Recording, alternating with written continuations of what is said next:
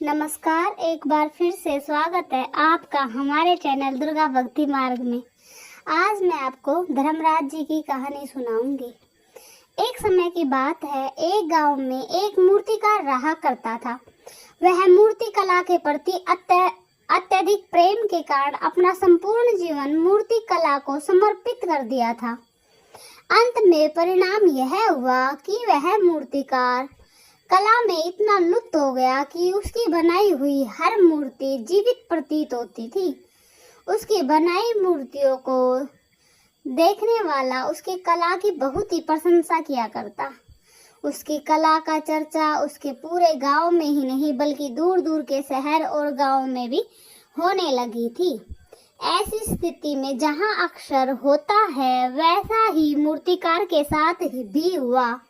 उस मूर्तिकार के अंदर अहंकार की भावना जागृत हो गई। वह स्वयं को सर्वश्रेष्ठ मूर्तिकार मानने लगा था। उम्र बढ़ने के बाद जब उसका अंतिम समय निकट आने लगा तो वह मृत्यु से बचने के लिए एक उपाय सोची। वह किसी भी तरह अपने को यमदूत की दृष्टि से बचाना चाहता था ताकि यमदूत उसके प्राण को न हर सके। अंत में उसे एक युक्ति सूझी। उसने अपनी बेमिसाल मूर्ति कला का प्रदर्शन करते हुए 108 मूर्तियों का निर्माण किया। वह सभी मूर्तियां देखने में हूबहू उस मूर्तिकार के समान ही लग रही थी।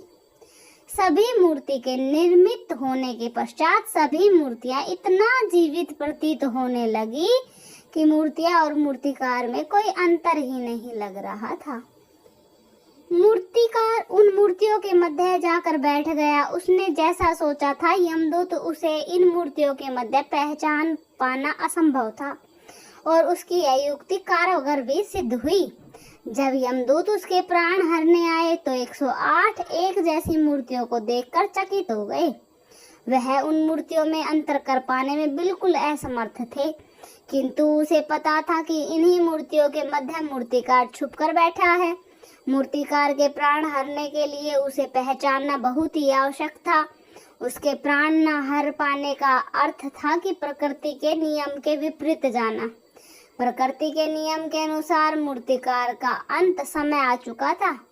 मूर्तिकार की पहचान करने के लिए यमदूत हर मूर्ति को गौर कर देख रहा था, किंतु अगर यमदूत ऐसा करते तो वह कला का अपमान होता।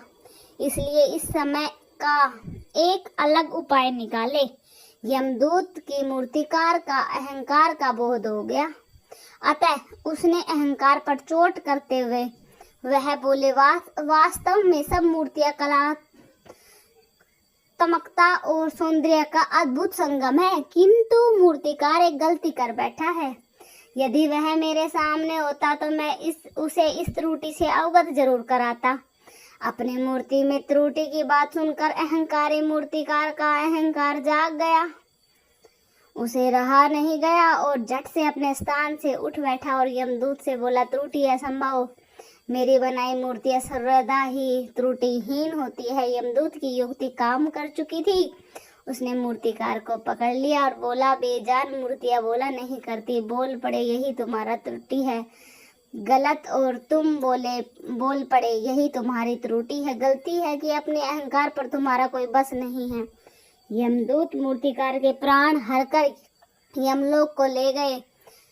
तो कैसी लगी आप सभी को ये प्यारी सी अहंकार की कहानी, यमदूत की कहानी? कमेंट में जरूर बताएं। धन्यवाद।